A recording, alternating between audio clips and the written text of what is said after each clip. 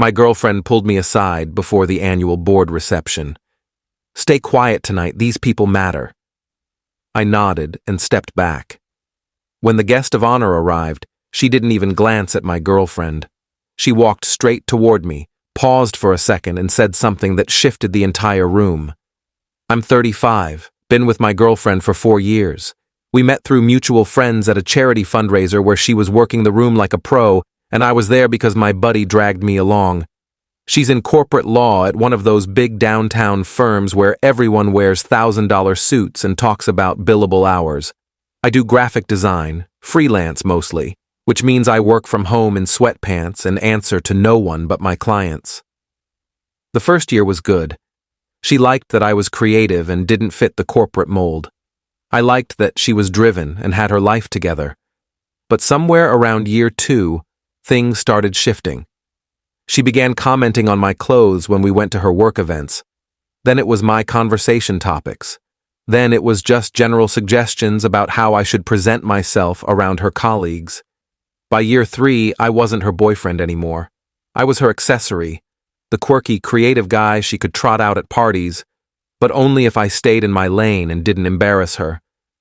I noticed it gradually, like watching paint peel. She'd grip my arm a little too hard when I started telling a story. She'd change the subject when I mentioned my work. She'd introduce me with less and less enthusiasm until it became just, "This is my boyfriend," with no elaboration. I should have left. Looking back, the signs were flashing neon. But you know how it is when you're in it. You make excuses. You tell yourself it's just stress from her job. You convince yourself that love means compromise, even when the compromise is your entire personality. Last month, she told me about the annual board reception her firm was hosting. Huge deal, apparently. Partners, clients, some guest of honor who was a big name in corporate circles. She'd been stressed about it for weeks, planning her outfit, rehearsing talking points, strategizing who she needed to network with. 2 days before the event, we were having dinner at her place when she brought it up again. "I need you to understand how important Friday night is," she said, not looking up from her salad. "This could make or break my partnership track." "I get it," I said. "You've mentioned it." "I'm serious. The guest of honor is going to be there.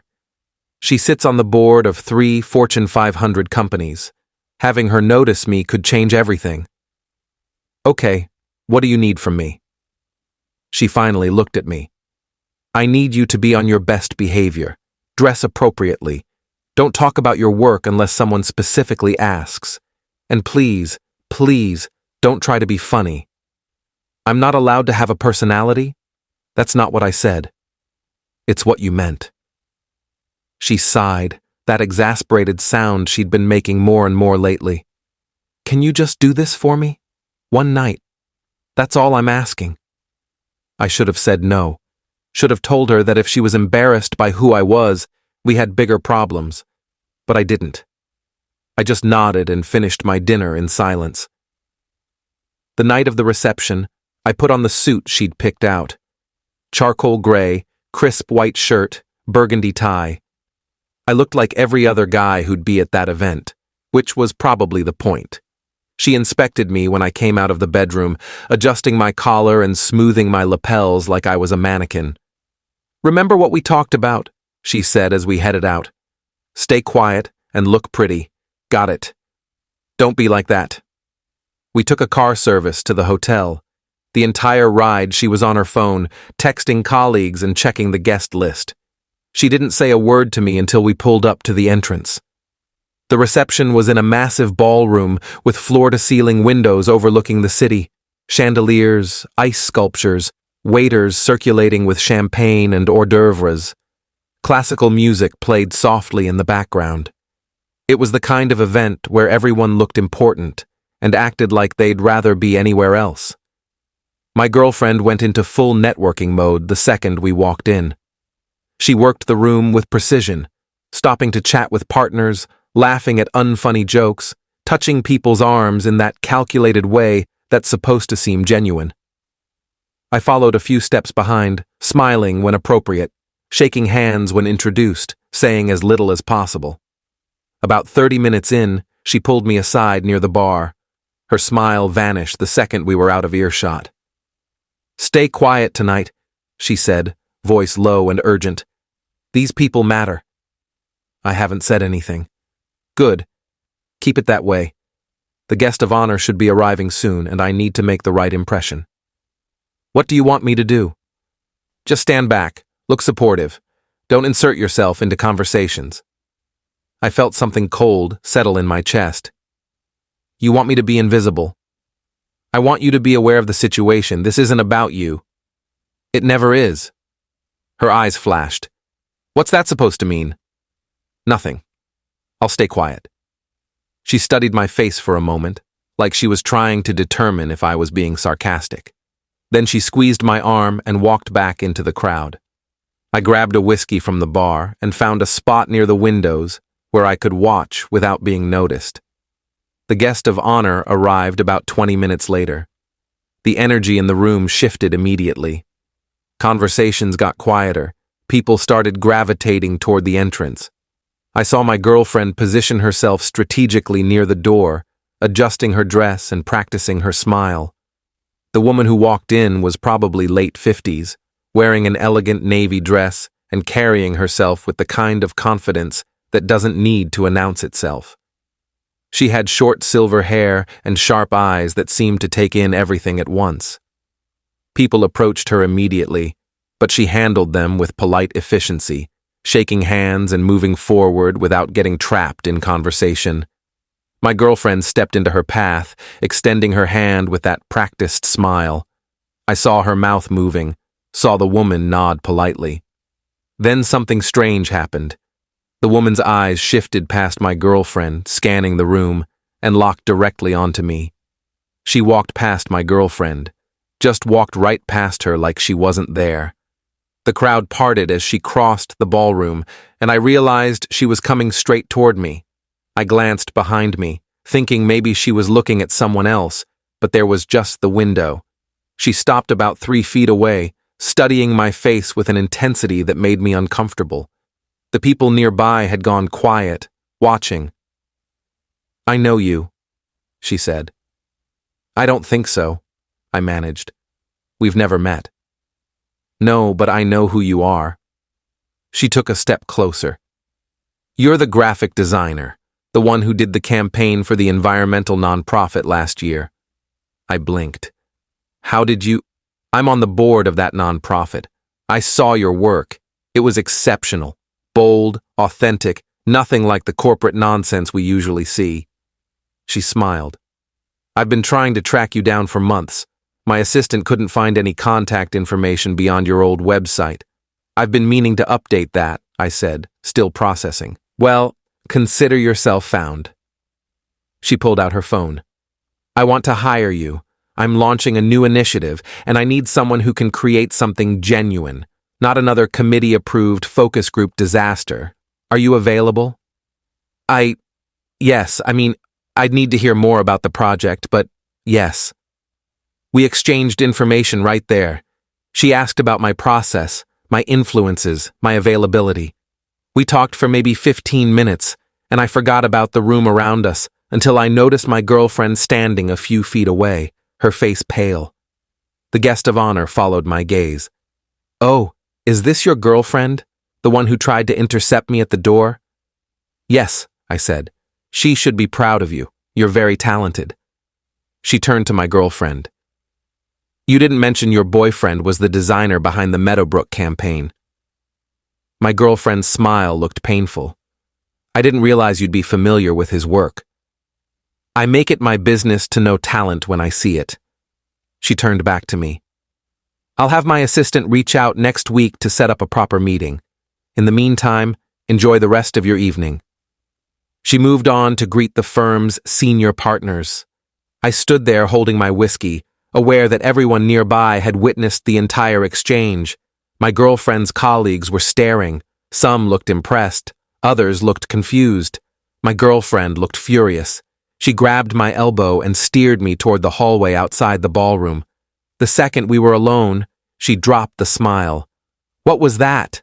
she hissed. She recognized my work. You made me look like an idiot. How? I didn't do anything. You upstaged me at my own firm's event. She approached me. What was I supposed to do? You could have directed the conversation back to me, mentioned what I do, made an introduction that mattered. She wanted to talk about my work. Your work? She laughed, but there was no humor in it. Your freelance graphic design? That's what was important tonight? Apparently to her, yes. Do you know how this looks? I've been trying to get her attention for weeks, and she walks past me to talk to my boyfriend about some charity project? That charity project took me 4 months. It was featured in 3 major publications.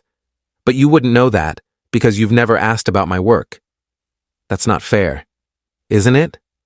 When's the last time you asked me about a project or showed any interest in what I do? You treat my career like it's a hobby that's slightly embarrassing. That's not true. You told me not to talk about my work tonight unless someone specifically asked. You dressed me like one of your colleagues. You literally told me to stay quiet because these people matter, like I don't. She opened her mouth, closed it. Her eyes were shining with anger or tears or both. I need to go back in there, she finally said, and I need you to not make this worse. Make what worse? This situation. People are going to have questions. Let them ask. That's easy for you to say. You don't have to face these people every day. You don't have to worry about your reputation. Neither do you. You're worried about your image. That's different. She stared at me for a long moment. I'm going back inside. Are you coming? No. No? I'm going home. You can stay and network. You can't just leave. Watch me. I walked toward the elevator. She called after me, but I didn't turn around.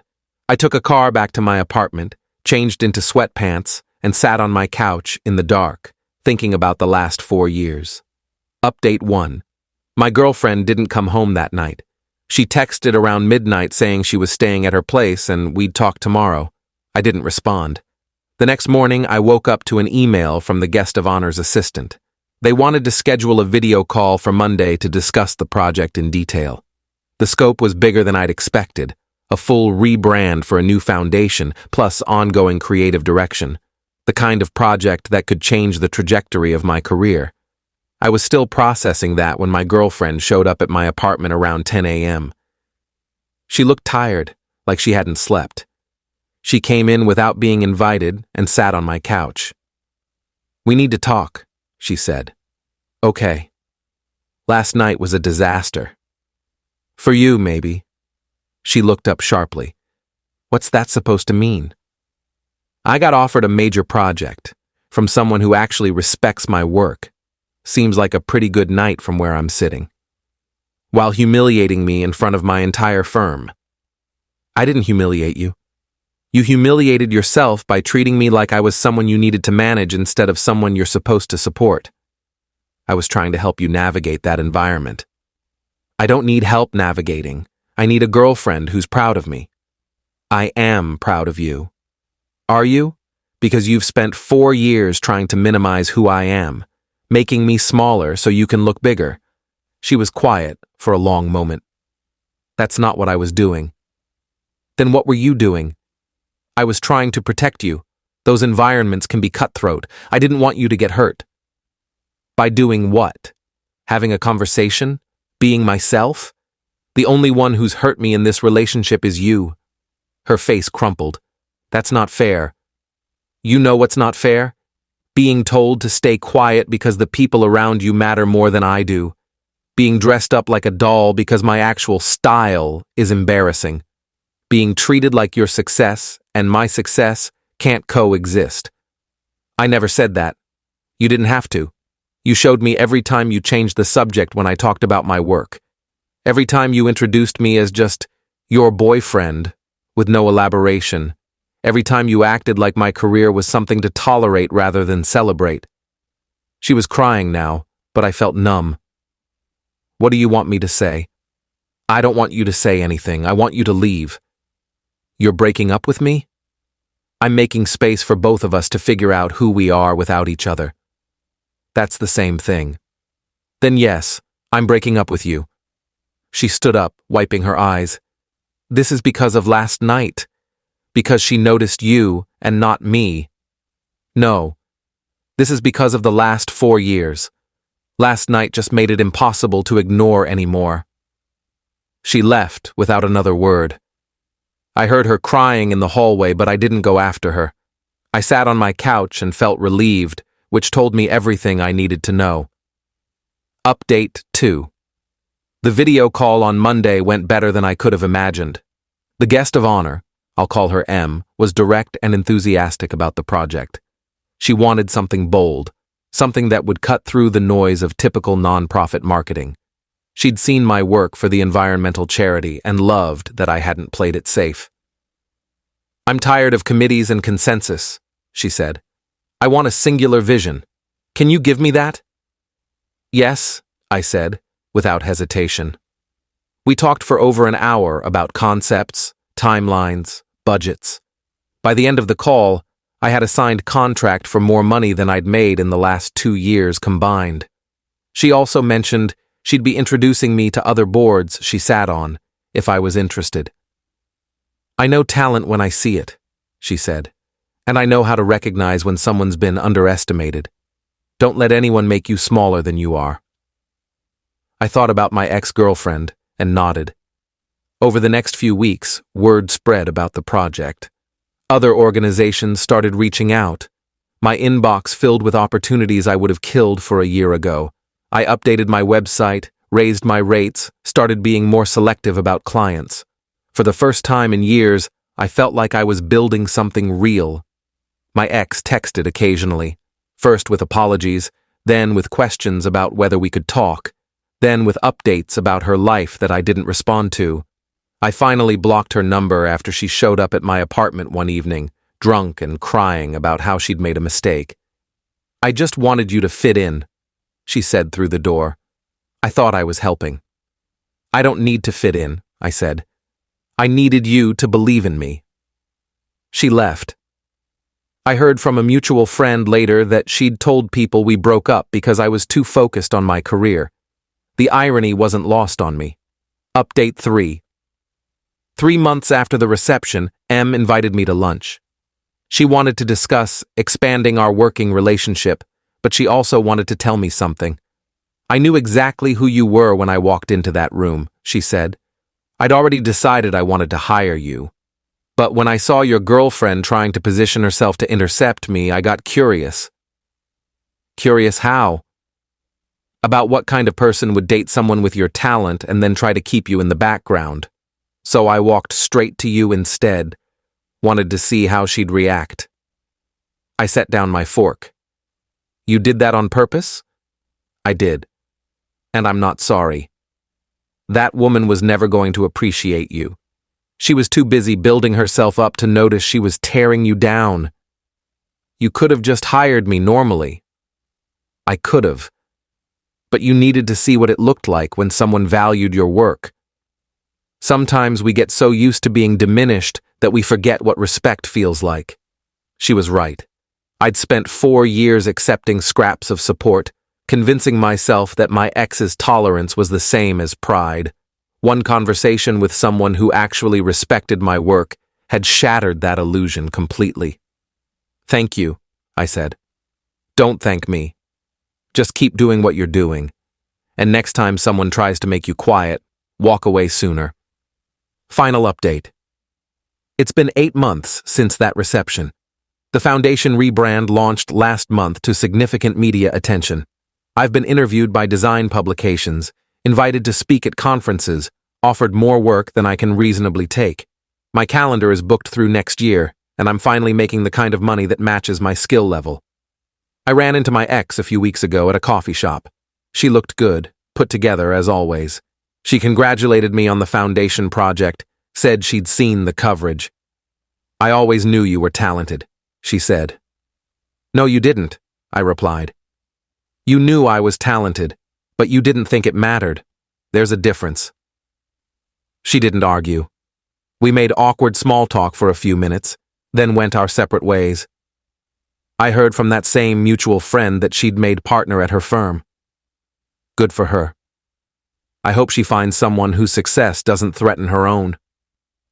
As for me, I'm good. Better than good. I'm working on projects I care about, with people who value what I bring to the table. I'm dating someone new, a photographer who gets excited when I talk about typography and color theory. We celebrate each other's wins instead of competing for space. I learned something important from all this. You can't build a life with someone who needs you to be smaller. Real love doesn't ask you to stay quiet. It doesn't require you to dim your light so someone else can shine. It amplifies you. It celebrates you.